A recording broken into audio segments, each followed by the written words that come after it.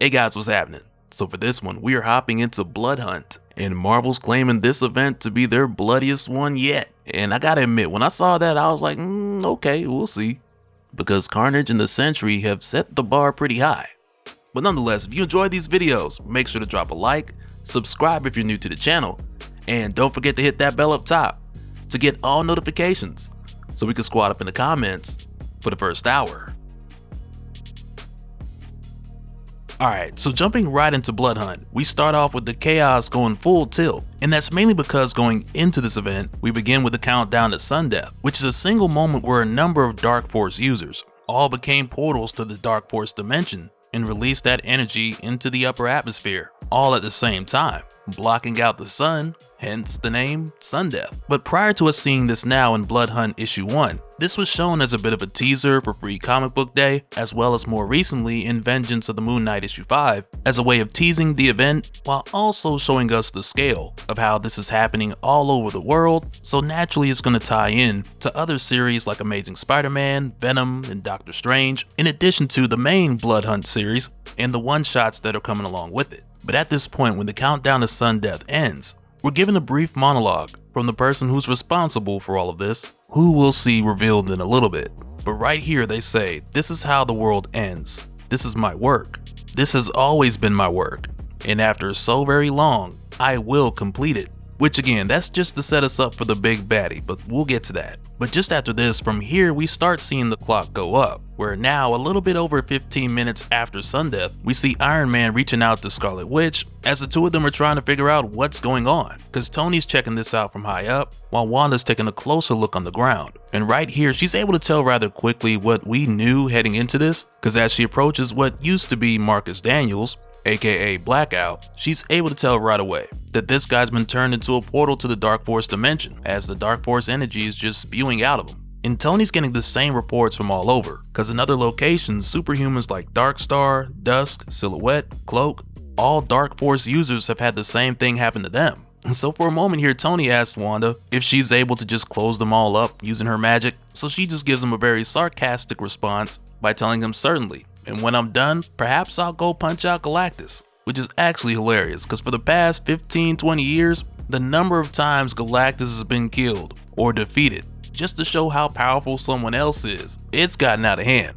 So it's funny to see just a little joke about it here, because Wanda just goes on to let him know that this is energy from an entire other dimension, forcing its way into theirs through multiple breaches, which right there makes the solution to this far from simple. But also Wanda, she's a bit petty, so she goes on to ask Tony if he can take care of it with his robot clothing. But really it's one of those things where Tony just figured he would at least ask Wanda, because he was hoping that this would just be something they could magic away. Because it's come to the point now with all this Dark Force in the atmosphere where they've lost the sun. And it's just a matter of minutes before them, along with a number of others, begin to realize that this is no coincidence. Because next, when we head over to Hunter's Moon and Tigra, they've got a front row view of this happening. Because just moments ago, they were going toe-to-toe with the Shroud. But as soon as they de-escalated the situation, this popped off. And right away, Tigra sees on her phone that this is going on all across the world. And right there, Hunter's Moon is like, they're darkening the skies, hiding the sun and the moon. This isn't a mishap. This isn't an accident. This is an attack. And as soon as they turn around, as far as the eye can see, it's raining vampires.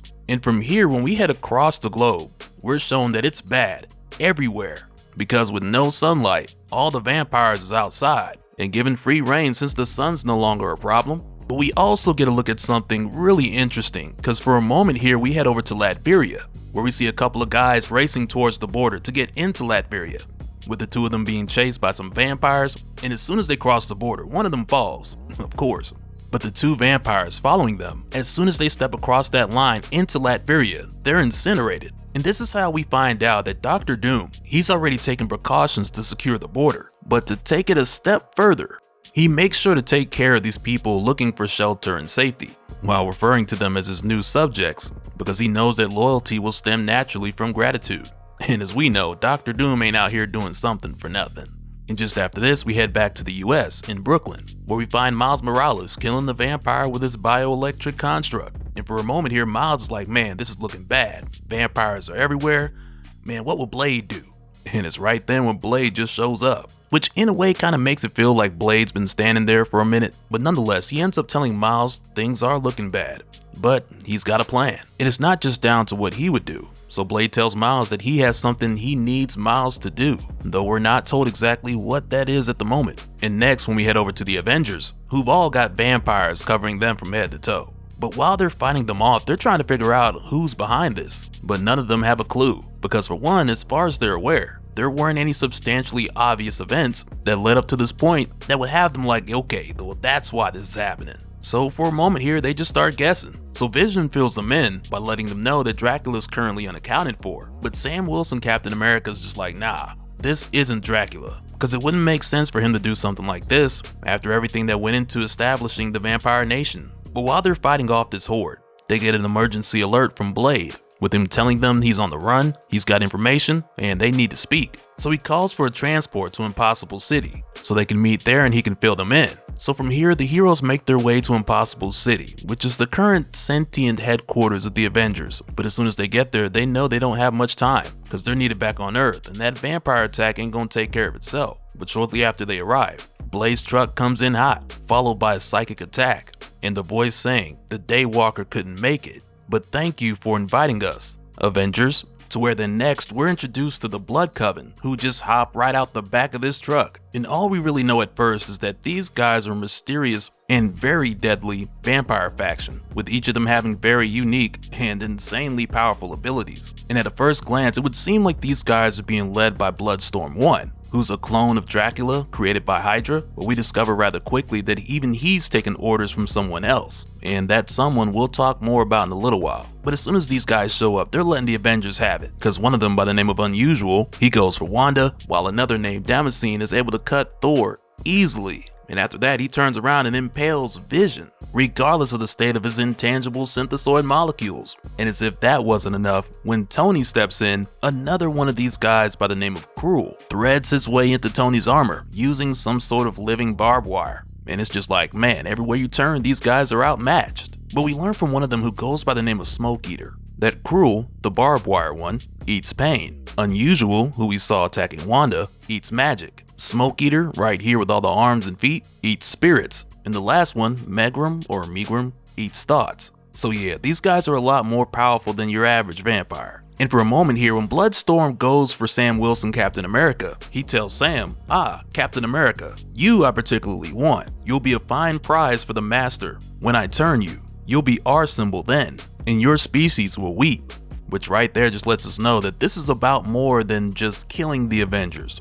And I mean, from the outside looking in, it's kind of hard to tell. But it's confirmed even the more when Thor tells this guy, Damascene, that he can cut him, but he cannot kill him. And in response, he tells Thor, kill you? What a waste. We want to keep you, as he delivers a headshot, which once again doesn't look like the actions is matching the words. Because again, from the looks of things, it looks like they're trying to take these guys out of here. But of course, that's not what their master wants. But at this point, with T'Challa realizing that the Avengers are losing, he attempts to tell the city to do a dimension shift, only to find that Cruel has already compromised the city. So next, as a bit of a last-ditch effort, T'Challa sacrifices himself by calling for an emergency evac, starting with Captain America, which allows Sam and a handful of others to get away, while the Blood Coven's only able to take a few of them. And for a moment here, we see T'Challa tell Sam that they can't let them have the symbol, because the world will need a symbol. So of course now this has Bloodstorm 1 screaming in frustration, because he really wanted to bring in the captain. But as for this group, the Blood Coven, we're also told that this is their first outing, and it was nearly successful, until Black Panther saved half the team. But nonetheless, with Bloodstorm 1 being their field leader, in a sense, he's very disappointed that any heroes got away. And after this, we jump forward to 1 hour and 23 minutes after Sundeath, and we make our way to the Sanctum Sanctorum, with Doctor Strange and Clea, who are both looking to assemble the Montesi formula, which is a spell that'll kill every vampire on Earth. But while they're in the process of putting this together, Blade walks in, and at first he gives them props like, yeah, it's a good trick, but he goes on to let them know that they're gonna need the Darkhold for that. And prior to this, Wanda Maximoff, the Scarlet Witch, she bound it to her soul. And I got a link for that video in the description in case anyone missed it. So from here, Doctor Strange asks Blade if he has any idea of what's going on here. So Blade tells him it's a vampire uprising, but this time, it's different. because they're organized and doing one big push to break humanity and put the blood drinkers on top. So he goes on to tell them they call themselves the Structure, a vampire cult that was spreading across the world before Moon Knight killed their leader. But they found a new leader, one with a plan. One, using Atlantean rituals to detonate the Dark Force users and turn them into portals to block out the sun. 2, global uprisings, mobilizing legions of mass-turned maniacs all across the globe, striking at population centers, critical infrastructure, the like. And 3, taking out the Avengers. Which right there is just kind of like, man, Blade, you just know the whole plan, don't you? But of course, hearing this, Strange and Clea, they're just asking him to make sense of it. So he goes on to tell them about the Kill Squad, the Ultra Vampires, who feed on superhuman blood, empowered by divergent philosophies of feeding on pain or ghosts or magic. And Blade even goes on to tell them, the Blood Coven is a match for the Avengers. Believe me. Or was a match. This isn't conjecture. The Avengers are down. So with hearing this, Doctor Strange is just like, well, now it's more important than ever that we assemble this formula and end this. Which right there just has Blade like, oh, so you would just kill every vampire, huh? Like, some of them are on your side, aren't they? So Doctor Strange answers like a doctor. And he tells Blade, if I must cut away a limb to save the patient, I will do it. I will accept my own damnation to save my patient, my world. And this whole time, you can see in their eyes that there's just this tension in the room. So Blade just goes on to tell Strange he finds that impressive, because he just knew that Wanda Maximoff would never cast a spell to exterminate an entire people, which right there is kind of like, I get what you mean, but depending on who you ask, some would say no more mutants is up there with genocide. Others might say she's learned her lesson recently, but nonetheless, Blade doesn't think she has it in her. But Doctor Strange, on the other hand, he wasn't so sure about. So of course, with Blade having so many answers thus far, Doctor Strange asks him if he knows who's behind this. Is it Dracula? Like, who's the mastermind? So Blade tells him, do you want to know who put out the sun? Who released the Children of the Night? Who assembled the monsters who killed the Avengers? The leader of the Structure. It's me. And Blade just stabs Doctor Strange through his back and out his chest. Which now just gives us the huge reveal as far as who's the villain for Blood Hunt, and it's Blade, which makes a lot of sense coming out of Bryan Hill's Blade series, with Blade drinking Dracula's blood, enhancing its powers, which then began his struggle against the darkness taking over. But through the course of this event, we'll see how much of that has made its way here, since as it would seem, everything from Moon Knight's sticking around. And with how this is going, I got a feeling we're gonna find out soon enough. And so now real quick, I want to give a special shout out to all the patrons. Thank you guys for all of your support.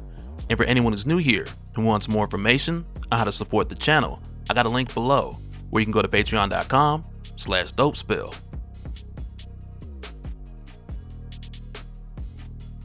But that'll do it for this one, guys. Let me know your thoughts down in the comments below, and we'll do it again on the next one. Alright, later.